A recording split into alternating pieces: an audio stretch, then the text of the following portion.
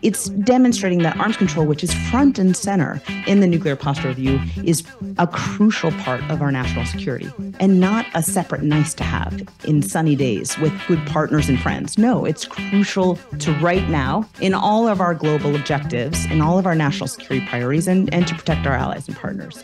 That's the voice of Mallory Stewart, the Assistant Secretary for the Bureau of Arms Control, Verification, and Compliance at the U.S. Department of State. She's today's guest on Press the Button, a Ploughshares Fund podcast dedicated to nuclear policy and national security. And now here are your co-hosts, Tom Colleen and Alex Hall. Thanks, Angela, and welcome back to Press the Button. Tom, great to see you. How was your weekend? Alex, great to see you. I had a great weekend. I was able to go to the White House holiday tour, which was really a lot of fun. You know, those things are kind of campy and weird in their own way, but it was beautiful. The White House looked fantastic. More trees that I could even count. Really fun time. So how was yours? That sounds super. The city really is turning quite festive. And it's good to know where all the trees went, because my partner and I went looking for our Christmas tree on Sunday night, and we had to go to 3 places to find one. But eventually we got a little 4-foot tree in the apartment, and it is really nice. So I'm excited for the holiday season. But what do you have for us on the nuclear front? Last week, former Secretary of State Hillary Clinton urged the Biden administration to halt nuclear talks with Iran, saying the United States should be siding with the protesters and not talking to the regime. This I personally found kind of surprising, given the long U.S. history of talking to regimes that we may not like, but nonetheless, we have shared interests with. For example, the Biden administration is seeking talks with Russia right now on nuclear arms control, even though there is great animosity over the war in Ukraine. On that point, the U.S. and Russia had planned to meet in Cairo last week to discuss resuming nuclear inspections under New START, but those talks were canceled, and we'll have more on that later in the show. Also, related note, the Air Force on Friday revealed the new B-21 long-range bomber, which will eventually replace the existing B-1 and B-2 bombers. The Air Force plans to build about 100 planes at a cost of about $200 billion in lifetime costs, and the planes will carry both nuclear and conventional weapons. And in keeping with long practice, there will be more than 8,000 people working on the program, with parts coming from 40 different states. In Ukraine, Russia launched a new wave of airstrikes on Ukrainian cities this week in its latest attempt to knock out power and other essential services to civilians as the country copes with sub-freezing temperatures. Ukraine is now producing only about 70% of the energy it needs, according to power companies, and power cuts are still in effect across the country. Meanwhile, the G7 has set a price cap of $60 per barrel on Russian oil as the West tries to limit Moscow's ability to finance the war in Ukraine. The impact of this price cap is unclear, as Russia has said it will not abide by the measure, even if it has to cut its own production. Alex, what do you have lined up for us on Early Warning? This week on Early Warning, Angela Kellett sits down with Jessica Sleight, partner for strategy, policy, and partnerships at Global Zero. They are discussing Russia's decision to postpone these talks for inspections that you mentioned under the New START treaty, which is set to expire in 2026, and how Russia's war in Ukraine has impacted arms control dialogues writ large.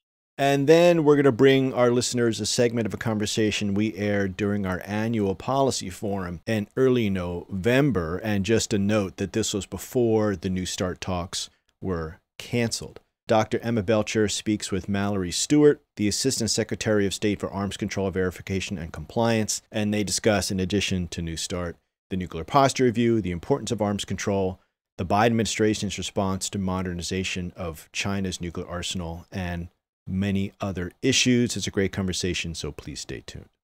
And always, if you like what you hear, remember to hit subscribe and leave us a rating. Your feedback helps us to improve this show. And with that, let's get into today's episode. The clock is ticking. And now, Early Warning, Early Warning, Early Warning, Early Warning. A 7-minute synopsis of this week's nuclear news. Thanks, Jacqueline. A technical meeting with U.S. officials about the new Strategic Arms Reduction Treaty, commonly known as the New START Treaty, has been unilaterally postponed by Russia, citing political reasons. Russia continues to lash out amid setbacks in its war on Ukraine, raising concerns about the future of the only strategic nuclear arms control treaty that remains between Washington and Moscow. New START, which builds on the Cold War agreements to limit nuclear weapons, will expire in February 2026. As a result of the pandemic and Russia's invasion of Ukraine, regular inspections have not been taking place as mandated by the treaty. Last Tuesday, the Russian Foreign Ministry spokeswoman explicitly linked the postponement of the meeting to Washington supplying weapons to Ukraine, demanding that the U.S., quote, create conditions for a meeting to go ahead next year. So what does this mean for the prospects of arms control between the U.S. and Russia?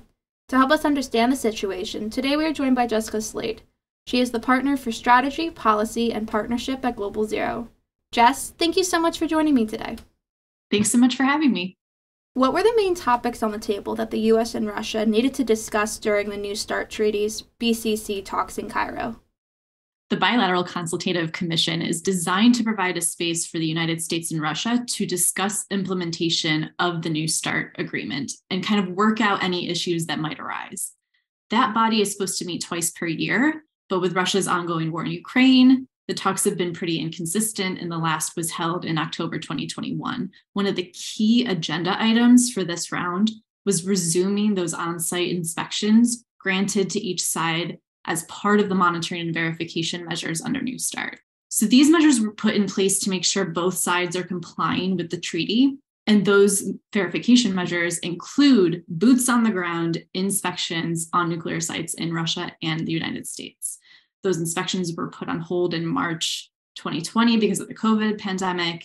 And then the problem now is that after about a year of going back and forth between the US and Russia to try to work out how to resume those inspections, Russia in August was like, you know what, we're actually going to take those nuclear sites off of the table. We're going to suspend those inspections, saying there were travel restrictions as a result of the war in Ukraine that gave the US an unfair advantage. If that is really the reason for suspending inspections, that's a solvable issue, and the BCC is the place to solve it.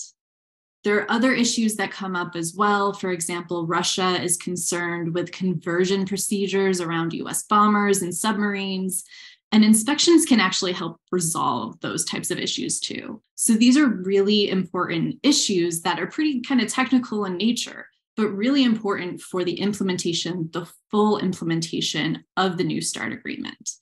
I think it's important to mention that there have been back channel talks that take place between the US and Russia. There's been some dialogue on future arms control, but it's kind of fallen by the wayside a bit. But in times of high mistrust and in global crisis, every single touch point of communication is important. And for the BCC talks specifically, resuming these talks is an opportunity for the US and Russia to flex those diplomatic and technical arms control muscles again, and to show the importance of coordination and full implementation of arms control agreements, even and especially in times of crisis. It appears that Moscow postponed the BCC talks for political reasons. Arms control has historically been successful despite tension between the US and Russia. So how has Russia's invasion of Ukraine affected this process? You're right. Even at the height of the Cold War, US-Russian arms control has been successful. But we're in an unprecedented time here. Russia's invasion of Ukraine has increased nuclear dangers, and Russia is sitting vulnerable in this international space. They miscalculated in Ukraine, which is probably the understatement of the year. But Putin used his nuclear shield to invade another sovereign country. We have seen death and destruction of Ukrainians and of Russians. We have seen the people of Ukraine fight back.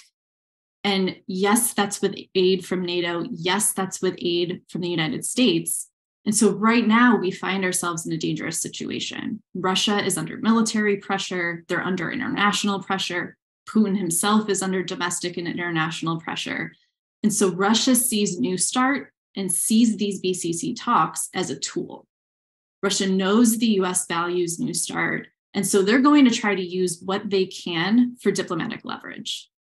We are going to hold this treaty somewhat hostage in order to see if we can extract some sort of win. What that win isn't necessarily clear. I don't think anyone really has any kind of exact 100% insight into what Putin thinks, what Russia thinks. Is it that, oh, we just want to be the ones to set the dates, and so we're going to take the lead, and that's a sort of win, or is it something more? The bottom line is Russia needs to propose those new dates and actually not just show up to these discussions, but show up in a productive way. And that's another side of this war. We mentioned conversations have taken place, but how productive are they? Are we able to really make progress, or are we sitting here talking at each other, talking past each other? These consultations are only successful, these dialogues are only successful when both partners are willing to come and do the hard work. Biden's team has shown that they are ready. They need Russia to do the same. New START is the last treaty limiting the U.S. and Russian strategic nuclear arsenals, which expires in 2026. So what does this mean for the future of arms control if there is not a follow-on agreement in place? Not a great outlook.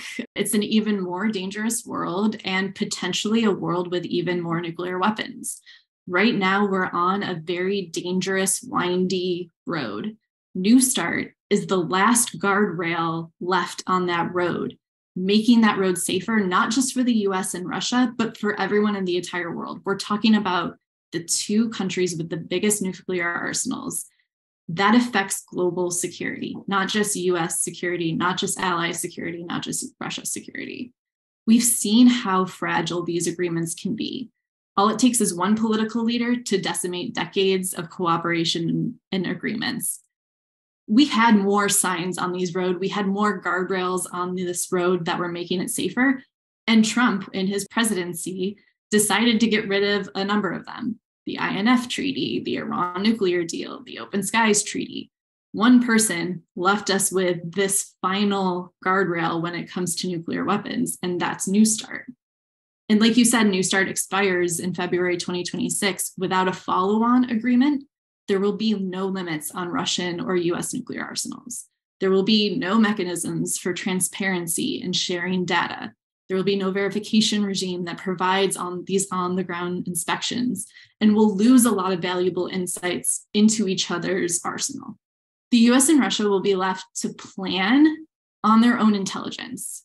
And a lot of times that means planning on worst-case scenarios. The Pentagon just came out with a report estimating that China could have 1,500 nuclear weapons by 2035. Is that an inflated number? Could be. We don't have transparency measures or monitoring mechanisms with China like we do right now with Russia.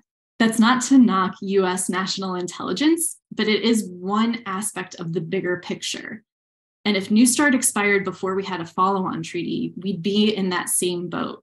We're putting all of our eggs in the national intelligence basket to see the insights into each other's arsenals. We would be at increased risk of an unrestrained arms race based on those worst case scenarios. I do want to mention that we have time to get back to the table. It's not all doom and gloom. It's not quite hair on fire, but it is concerning. Yes, these moves we're seeing from Russia are not great, but they are surmountable obstacles, and we can get back to the table. Both the US and Russia can get back to the table.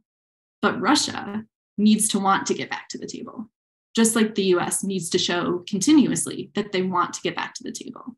They both have said they're committed to pursuing negotiations on a follow-on treaty.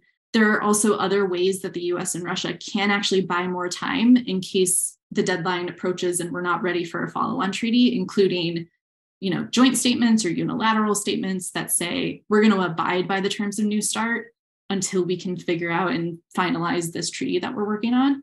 But that's a Band-Aid. And that's a last resort Band-Aid. The reality is we need this dialogue. We need the US and Russia to get back to the table. And the first step for doing that is for Russia to follow through on proposing those new dates for this BCC meeting sooner rather than later, and showing up ready to tackle the issues at hand. Jess, thank you so much for taking the time to speak with me today. Thank you so much. Hi, I'm Jacqueline Shing, the Communications and Marketing Specialist at Ploughshares Fund. Russia's invasion of Ukraine has exposed just how close nuclear escalation and nuclear war can be. To meet the urgency of this moment, Ploughshares Fund has launched a donation match challenge to make the largest grants possible to those who are working every day to reduce and eliminate nuclear weapons.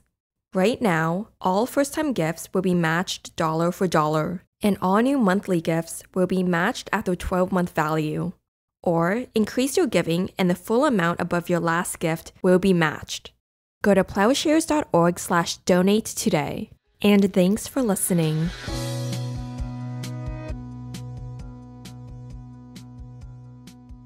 And now I'm thrilled to have in person Assistant Secretary of State for Arms Control Verification and Compliance, or ABC, Mallory Stewart. Mallory started at ABC in 2022 after serving as Special Assistant to President Biden and Senior Director for Arms Control, Disarmament and Non-Proliferation at the National Security Council since January 2021. Mallory, welcome to Press the Button Live. Thank you so much for having me.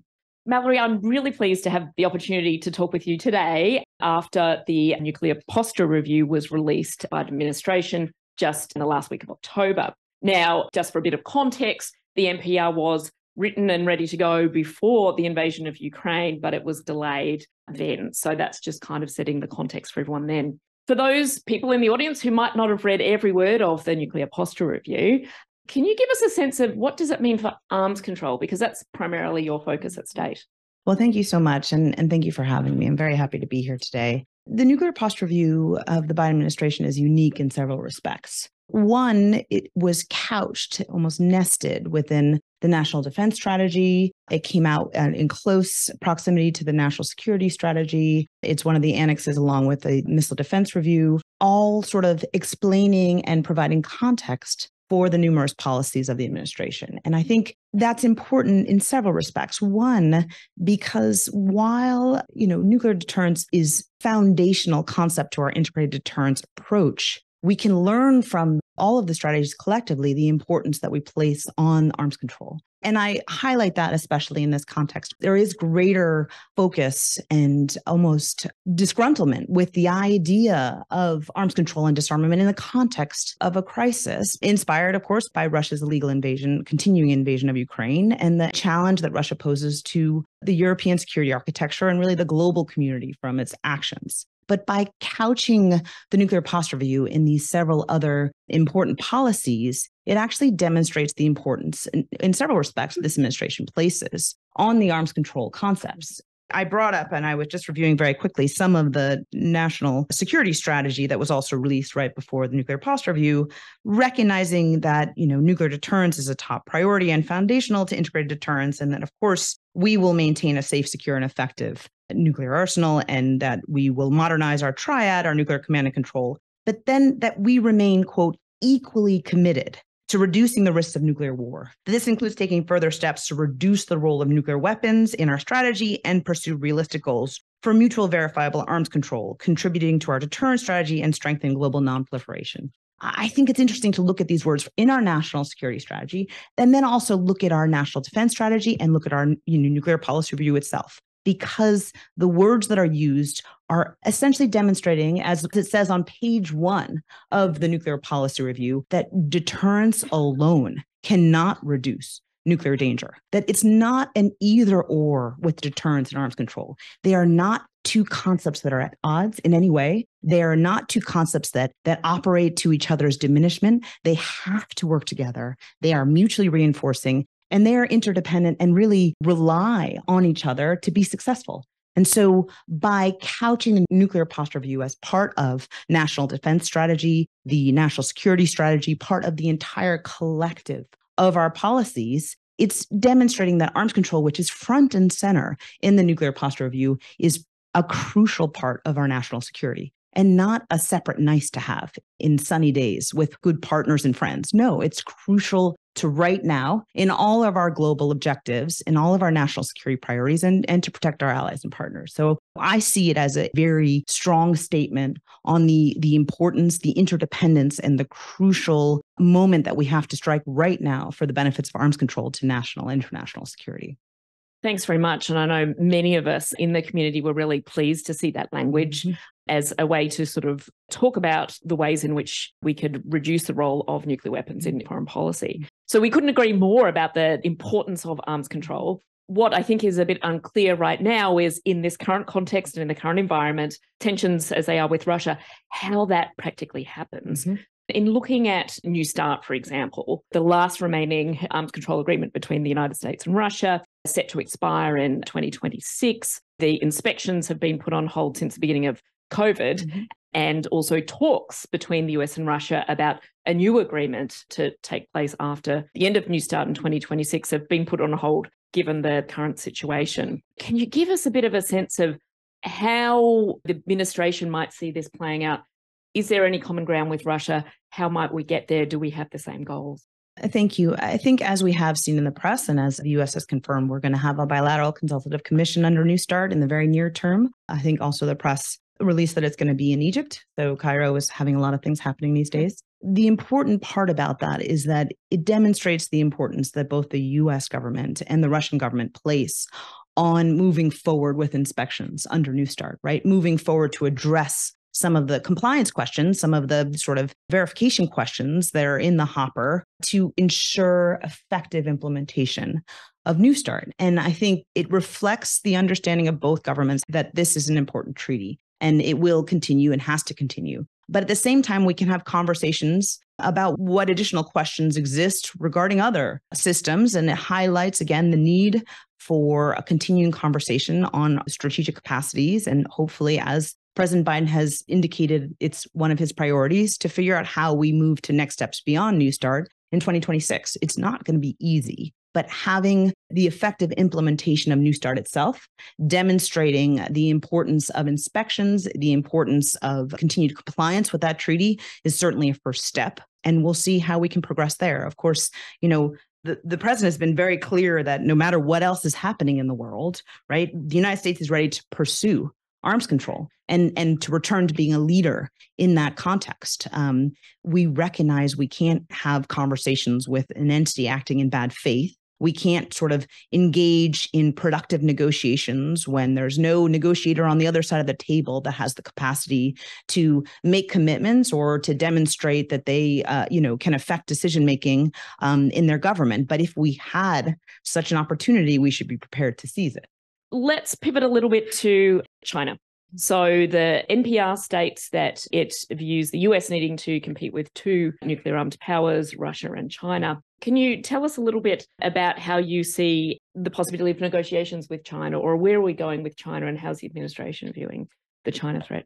This administration has been very clear that we seek to engage in conversations with China on risk reduction, on the importance of crisis communications, of the importance of understanding the nuclear safety challenges and the messaging and communication and misunderstanding potential challenges by China's rapid nuclear buildup. We've been very clear-eyed about the threat that they pose. It's in our unclassified nuclear posture review. We've been very public about our questions regarding their buildup. We've also been very clear that we're willing to meet with them in bilateral and multilateral context to discuss the concerns that we have. And we think it's in their interest, as well as our interest, to address the challenges that their rapid nuclear buildup poses, right? Questions that are raised by its consistency with their no first use policy, questions raised as to, where fissile material is coming for these new nuclear weapons that they're developing, what their position is on, their own nuclear policy and doctrine. Is there transparency opportunities? We've been very clear that we're looking for this opportunity. That said, we need to work with them to help us collectively understand how risk reduction is in our mutual interest. And certainly, China has had productive conversations about this in the past with us. We've engaged in very positive space security dialogues where we talk about the need for risk reduction in that arena. We have had very positive conversations with them. Our NGO community has had positive track 2 conversations with them about nuclear security and risk reduction. And we're hoping that there is a moment, given that our two presidents met and talked positively about possible forward progress, that we can engage productively on risk reduction conversations with them, starting to build their appreciation for why the arms control toolkit of prevention of miscalculation and misunderstanding, and quite frankly, risk reduction, is in their interest. Yes, it's in our interest as well. And quite frankly, it's in the global interest. And so working with partners and allies also to make this message clear, working directly with communicators in the multilateral context and trying to communicate bilaterally is part of the plan. But we do hope to engage with them on the numerous important risk reduction elements of crisis communications, military deconfliction, understanding what is happening in the emerging security challenges and the emerging disruptive technologies arena that could be destabilizing and could have strategic implications. These are all conversations that I think would be important to have, are in China's interest as well as the US government's interest. And quite frankly, the global community should be pushing all of us to have these conversations. Fantastic. Thank you. We've got questions coming in from the audience, and unsurprisingly, there are a few questions about Russia, but we've also got one about North Korea. So why don't we start with that? So given the recent uptick in North Korea's missile tests and the threat of a seventh nuclear test by Pyongyang, how is the Biden administration pivoting to better deal with the threat of North Korea? The policy on North Korea has not changed. We want the complete denuclearization of the Korean Peninsula. We've been very clear, including in the nuclear posture review, that any use of nuclear weapons against the US or partners and allies would result in the end of the regime. And so that's a clear statement that we've made. That said, we've also said we're willing to engage with no preconditions to have diplomatic conversations. And it's important to understand and to communicate as much as possible why their actions are so destabilizing, and to understand from them what they view as also risky on our side. I think it's fascinating that they sort of constantly feel under threat while they're taking destabilizing and threatening actions. And I think having greater understanding of where that is coming from and potentially being able to address sort of their misunderstanding of our policies or their misunderstanding of our positions could be beneficial. Again, it's a reason for diplomacy. The policy has not changed. But what we do need to continue to focus on is those that allow North Korea to continue these stabilizing actions. I know we've said this before, and all of you have heard this numerous times, but to work more closely with China to try to address the DPRK challenge, understanding now that Russia is purchasing or acquiring in some way military material from the DPRK is also extraordinarily unhelpful, right? Anytime you, one, violate UN Security Council resolutions, but two, allow North Korea to continuing its destabilizing testing, to continue the development of its programs without any information or insight into how they are progressing and how they are so threatening to the region. I think you make the situation worse. And that's what we see by allowing continuing support from China and, quite frankly, Russia as well. And so trying to work to address that challenge, upholding the sanctions against North Korea, while understanding where there are avenues for discussing things that are in the global security interest and shining light on misunderstandings between us, right? This is not in any way a give. Our central focus will be on U.S. security and the security of our partners and allies, and especially the deep concern of our partners and allies in the region, but still requiring them to understand why the threat they perceive is exacerbating their destabilizing activities. Do you think Russia's invasion of Ukraine might increase the desire of non-nuclear states to get nuclear weapons? So I hope very much not. I think there's been some talk of this, seen it in the Twitter sphere. We have demonstrated why this invasion is so destabilizing across the board and why it's a huge challenge for arms control non-proliferation right now. I think those points were very well made, but I think the points were also well made that our conventional capacity assistance to Ukraine and the assistance of partners and allies to try to help Ukraine in this David and Goliath struggle has proven effective. And it has actually demonstrated that the bullying, quite frankly, the might makes right approach that Russia has taken will not be successful in this instance without the use of nuclear weapons. And having China reconfirm the statement recently, having Russia reconfirm the statement that a nuclear war can never be won and must never be fought, and having Russia confirm its commitment to not using nuclear weapons in this context is useful. I'm not saying that we would rely on it, but it's useful. And I think continuing the messaging that this is not a nuclear war, should never be a nuclear war. But again, Ukraine must win is important. Now, there are those that will always look towards the strongest, biggest weapon, right? Arms races never stop, and nuclear weapons represent right now something that people see in that category as the strongest, biggest weapon. But I think we're effectively showing that nuclear weapons don't need to be part of this conflict. Conventional capabilities can be responsive, and Russia's bullying is being rebuffed effectively.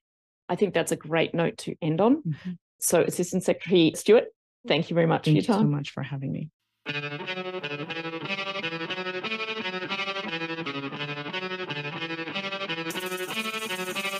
Thanks for listening to Press the Button.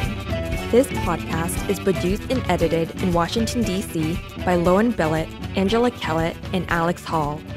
Audio engineering in San Francisco by Jacqueline Shing. Our theme song is by Lyrics Born and Poets of Rhythm, sampled with kind permission. Additional music by San Francisco-based bands 17 Evergreen and the Society of Rockets. To continue the dialogue and support our work, visit ploughshares.org.